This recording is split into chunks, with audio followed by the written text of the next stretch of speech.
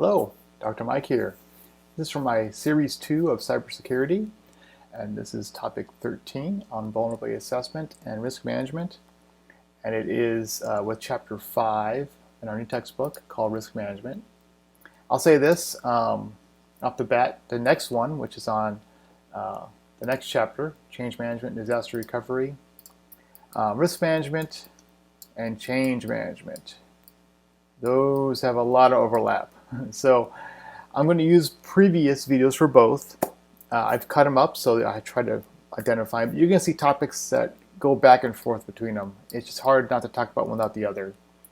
It's hard to not manage change without managing risk and vice versa. So, but we'll review the chapter, and I'll cut to the previous video, which will cover basically the same stuff here. So I'll try to make sure I won't recover the same material here. So again, risk management here, the chapter talks off talking about what are vulnerabilities, what is risk management. And this is probably the biggest thing is asset identification. So what do you have? You can put this to a spreadsheet.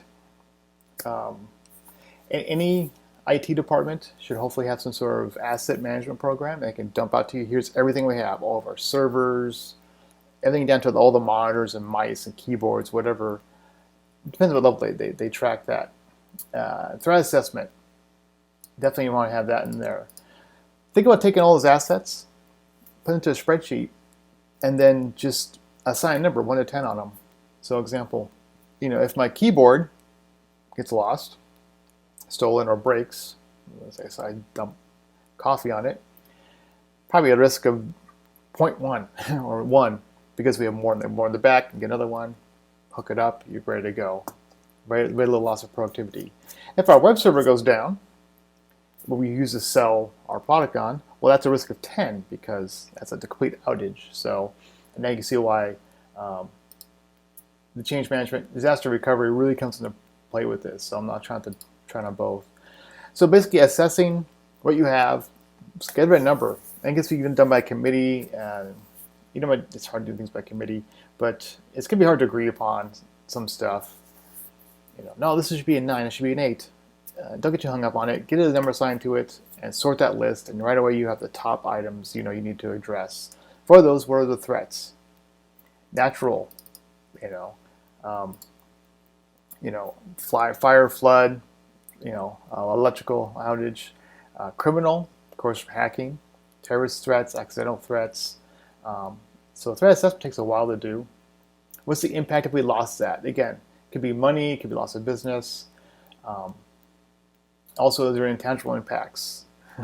Loss of goodwill, breach notification, breach of confidence, breach notification, breach is in there, I like that. Yeah, data breach. So those are things like HIPAA and Sarbanes-Oxley, are these different things that we need to apply to. We need to make sure we control risk properly up to those levels, like with HIPAA, for example. So basically, and if now you move on, I'm not going to go to the rest of this. I think we'll talk about this in the rest of the video. It's a pretty short video, though. But what can we do to mitigate risk? It can be physical controls, physical access, password, policies, endpoint protections, proper firewalling, zero trust networking, things like that. So, and you can see this goes over what I just talked about. There's some stuff you can use. There are some annual loss expectancy values, and there's some math you can put to it, which is good. If you can bring a number to the table, because you're going to probably have to spend money to mitigate risk, and it's always a tough one. It's a tough sell sometimes. I need to spend $10,000 to kick off, and then maybe $1,000 a month for high availability. For our servers. Okay, well, that's an expenditure. What are we protecting from? Well, with this here, we're protecting against $2 million worth of loss. So, it's easier to see from a non-cybersecurity view how you can approach it and give this to upper management or other authorities who don't really have an eye on security the way you do. So it helps sell it. And if you can assign money to it, it is great. If it's qualitative versus quantitative, this is a tough one. There's no way to put a number on it. Also, there's no way to put a number on the risk. What's the chance of us getting hacked? 100% chance. 99% chance. Just assume you're going to be hacked. Assume that that server is going to die. Assume that risk, and then put a value to it. Because if you start playing the game of, well, we might not get hacked, no, let's not spend money there. That's where things start to spiral into a really bad state. So, how you manage risk, though, this is pretty good. I might talk this in the next video also, which I'll cut to. But big one: transfer of risk.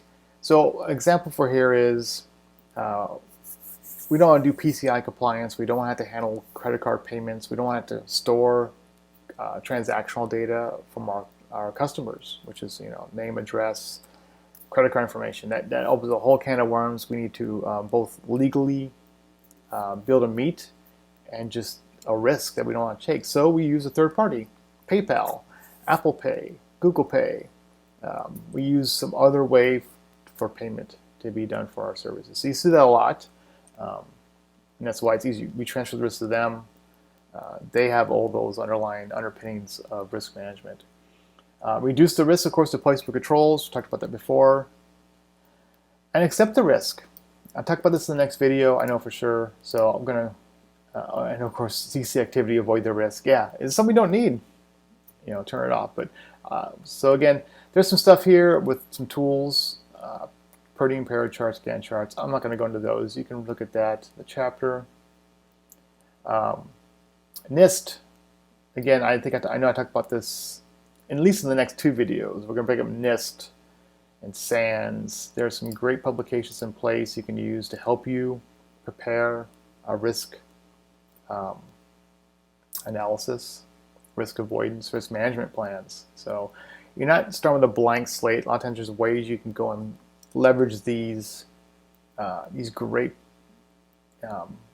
resources that are free to go ahead and help you jumpstart your risk management program. So again, contingency plan. This is this does sort of go into contingency plan and planning. It does go into our next chapter, which is change management and disaster recovery. So I'll say this: plan for something to die, plan for something to be hacked, and so you can really look at your security of that. Is it layered security? Do we have multiple controls in place? And if not, then we have our next step. That's our plan. We're going to implement some security policies. We might implement some controls to match those policies. It could be training. It could be changing out hardware. So anyways, that's the end of the chapter. Again, I know for sure I'm going to cover some stuff again. And I'll say this, you can see some stuff in the upcoming video that is a little bit into the next chapter. And again, it's hard to talk about one and not the other. But again, this ends the quick intro here for topic 13, and I will cut to the previous chunk of video that matches this topic. Thanks. Again, know your risks, right? That's it. So first off, what is risk? It's there. And then understand how to manage risks. What does that mean to manage them? So by assessing them and finding mitigations, transference of those risks, or just acceptance of them. And these risks, again, can be environmental, man-made, external, internal, external. Some of these have greater impacts. The internal risks, of course, the insider threat being one of the hardest ones to defend against. But again, environmental, Mother Nature, right? So we look at risk as a blanket. It covers everything and comes from all areas. So you can see here too is this slide for telling you is where the risk could be. Is a category of the risk. It's a strategic, compliance. So these are pretty easy. Compliance, you need to have HIPAA compliance. You need to be PCI compliant. There's rules to follow for that.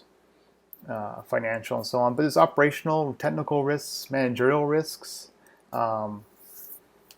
So in other words, and that's funny, was you look at like a long-term illness of a company president, so there's stuff like that. What if, was that one person? We have that one system admin that knows how everything works. What happens if they get the old hit by a bus adage?